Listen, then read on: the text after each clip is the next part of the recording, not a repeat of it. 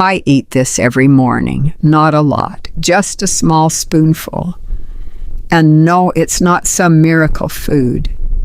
But here's the part people don't expect. I wasn't supposed to live long enough to turn this into a habit. I'm 94 years old. I live alone in a one-story house in Akron, Ohio. I still walk to my mailbox every morning, even when it's cold enough to make you question your life choices. I cook my own meals. I don't move fast, but I move enough. And if you had met me when I was 61, you probably wouldn't have bet on any of that. That was the year I got the call.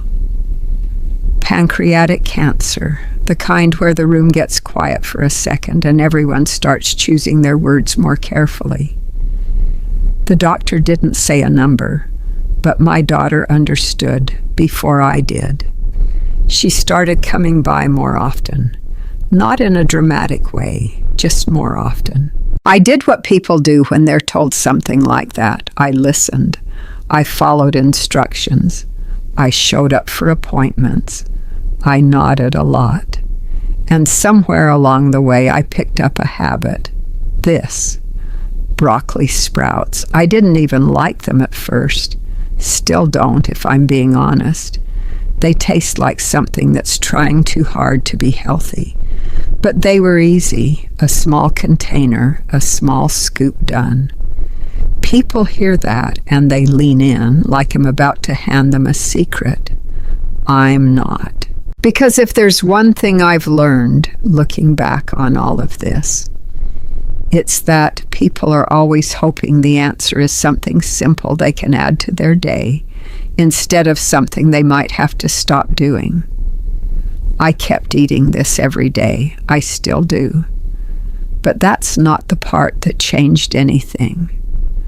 I remember standing in my kitchen one morning, staring at a pan I didn't have the energy to use, and thinking this isn't working, because I did everything they told me to do. I showed up for every appointment. I went through surgery. I sat through chemo sessions that felt longer than they actually were.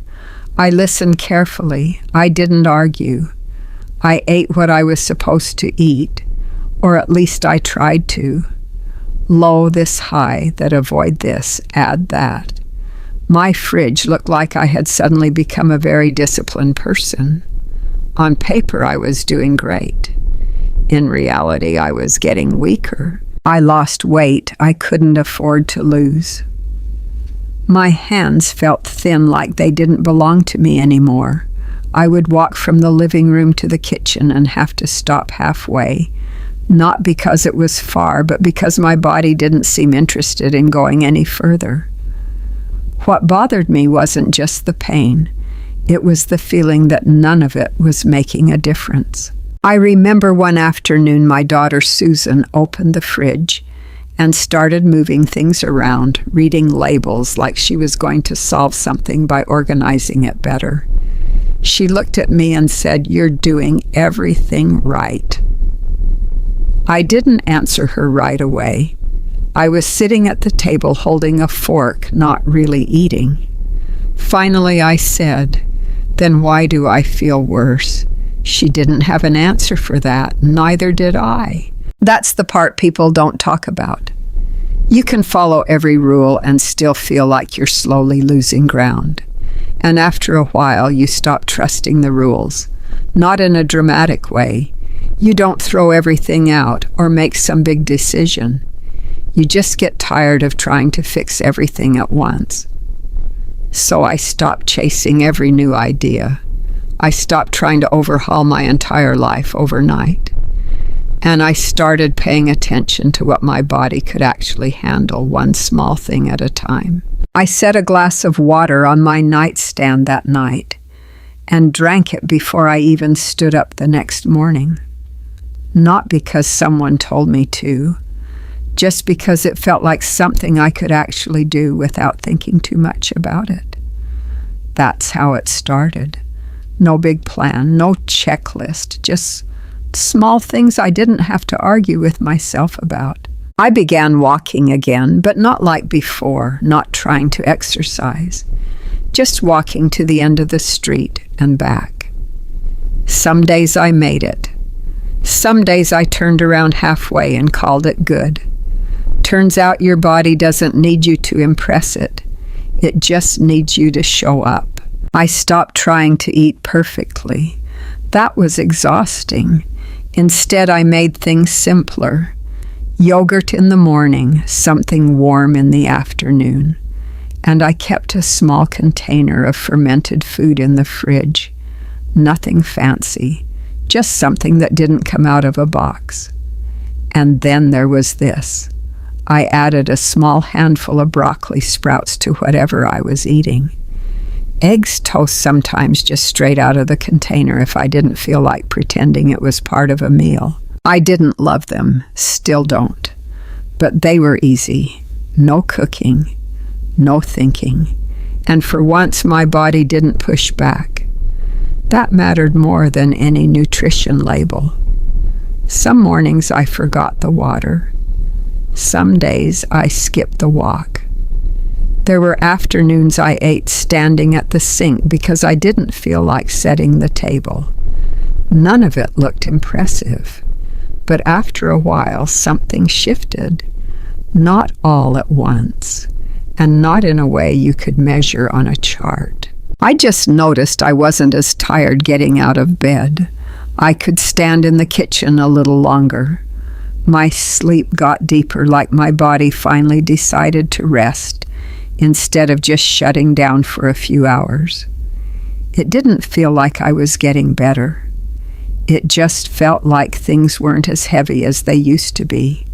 And for the first time in a long time, that was enough to keep going.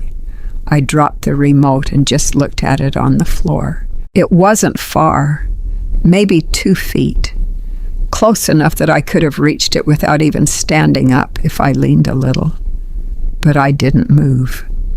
The TV kept playing something I wasn't really watching anyway, and I sat there thinking about how strange it was that something so small suddenly felt like too much.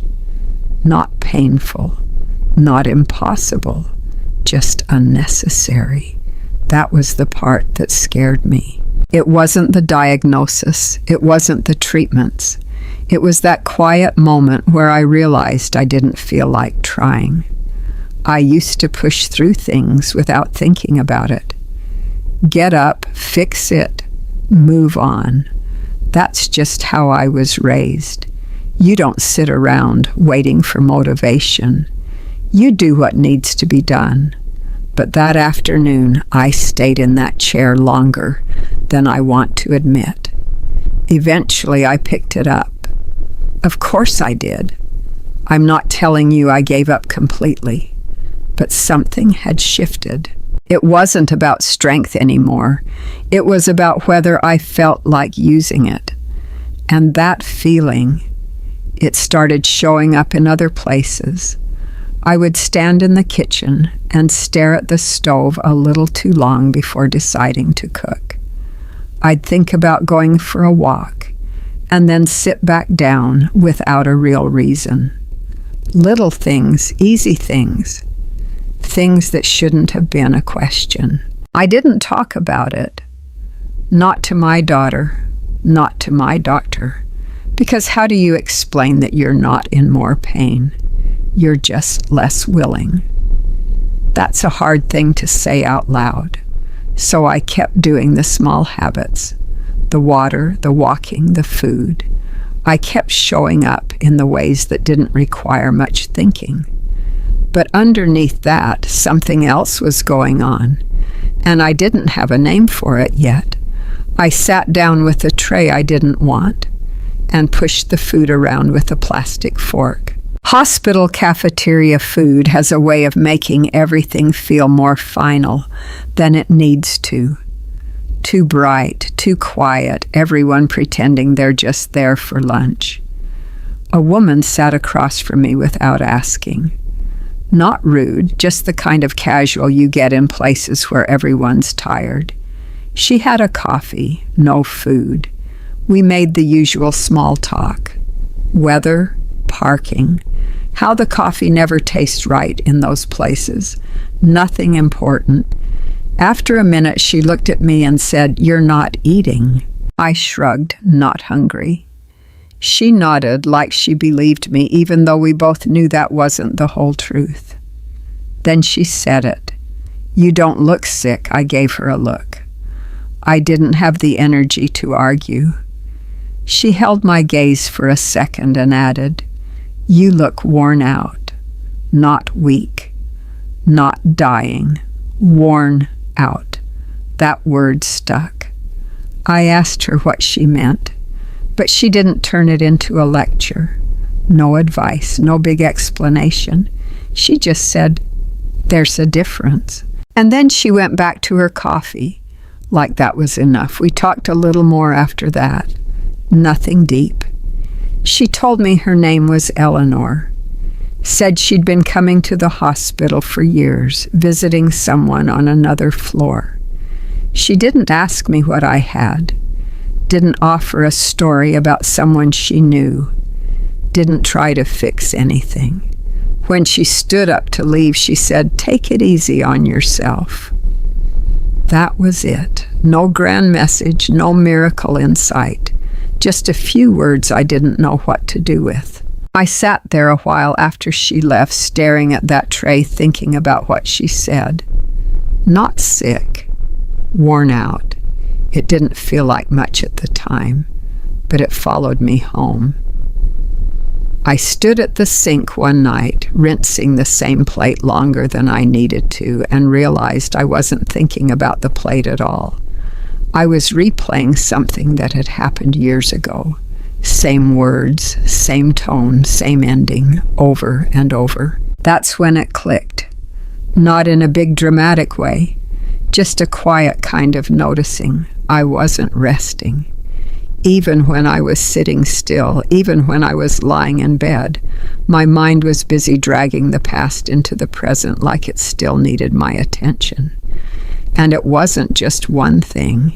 It was a collection.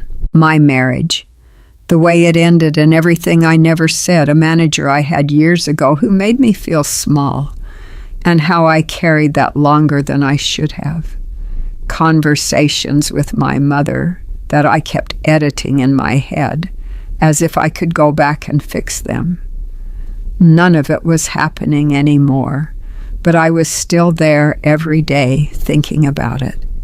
I used to think that didn't matter, that as long as I kept it to myself, it wasn't hurting anything.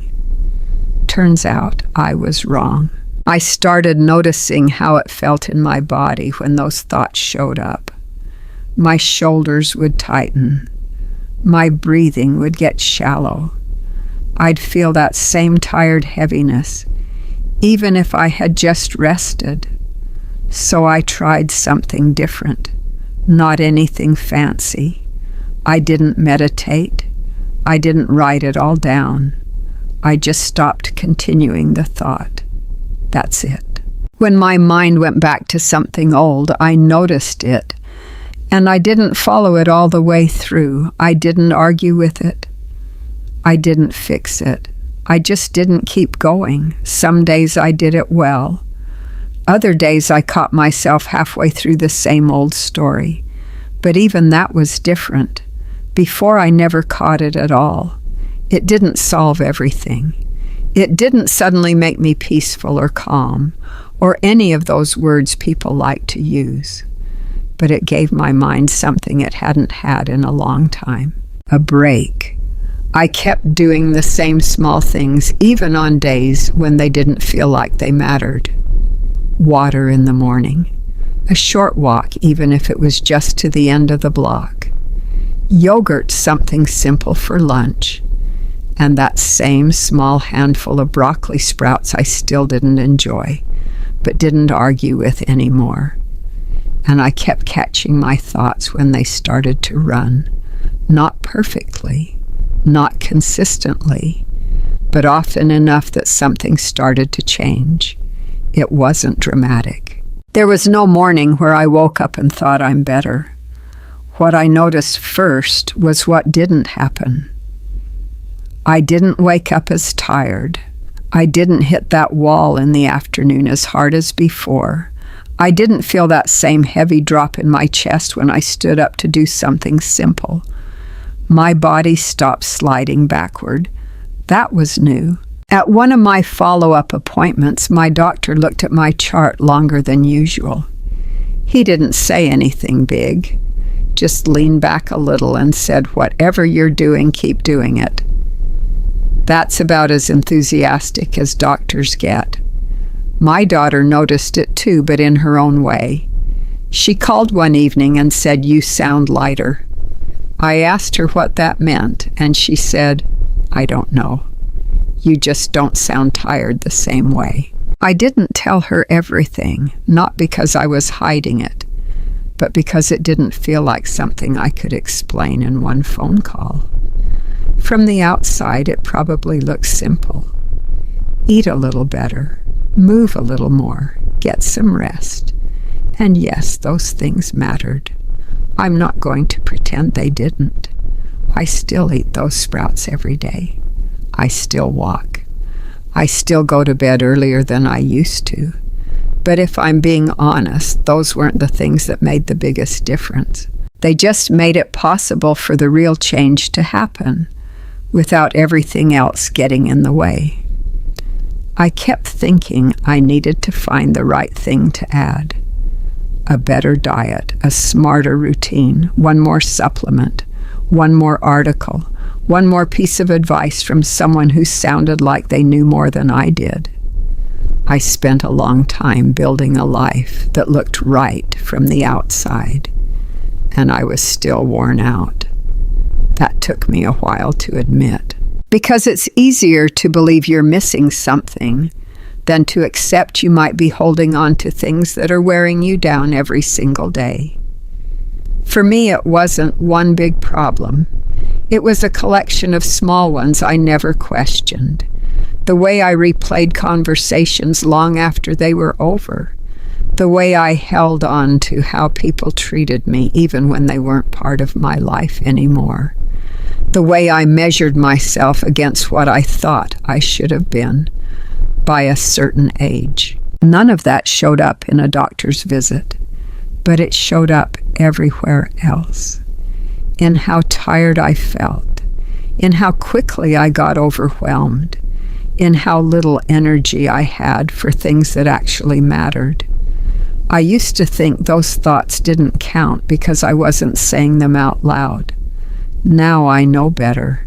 Your body doesn't care whether it's out loud or in your head. It reacts the same way. And when you've been carrying that kind of weight for years, your body eventually starts to feel it. That was my mistake. Not that I didn't try hard enough, but that I kept trying to fix things on the outside while letting the same patterns run on the inside without interruption. If I could go back, I wouldn't start by adding anything. I would start by paying attention to what I was repeating and asking myself if it was worth the cost. I keep things simple now because complicated didn't work for me. I don't wake up with the plan to optimize anything. I wake up, drink a glass of water, and give myself a minute before the day starts pulling at me. No TV, no phone, no noise right away. That alone changes how the rest of the day feels. I still walk even on days when I don't feel like it, especially on those days. Not far, not fast. Just enough to remind my body it's still in charge of something. Food got easier once I stopped trying to make it perfect. I eat the same few things over and over. Yogurt, something warm, something simple. And yes, I still eat those sprouts. Not because they're special, but because they're easy to keep doing. That's the part people miss. It's not about finding the best thing.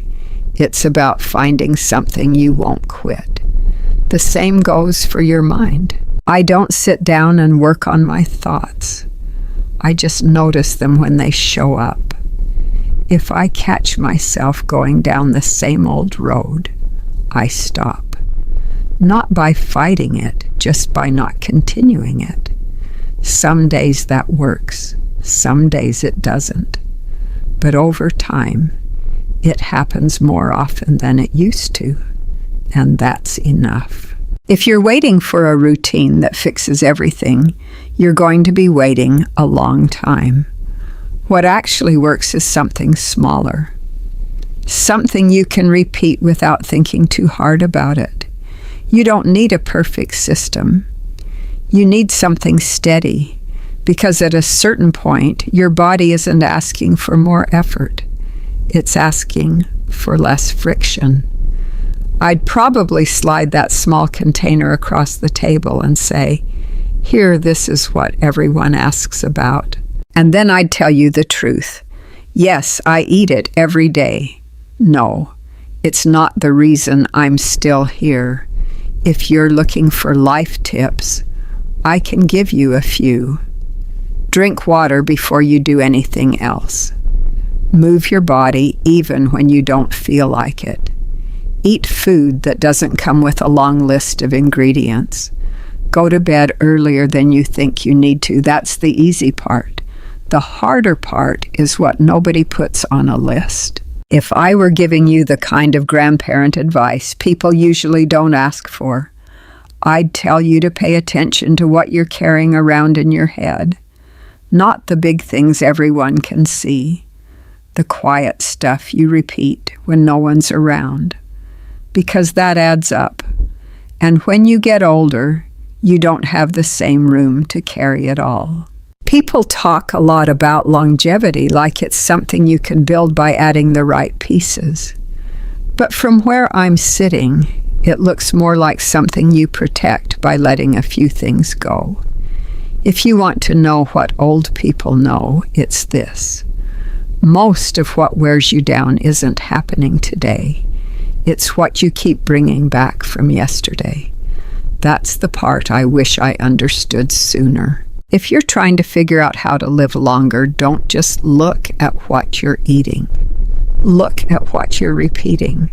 That's where most of your energy is going. This isn't about becoming a different person. It's about making your days a little lighter, so your body has a chance to keep up. That's the kind of senior wisdom nobody writes down, but you learn if you stay around long enough. And if stories like this help you, even a little, if you find something in it that feels familiar, that's what this channel is for. Old People Share isn't about perfect answers. It's about real-life advice from people who've had enough time to see what actually matters. If that's something you value, you can subscribe. No pressure. Just more of the same kind of honest conversations when you're ready for them.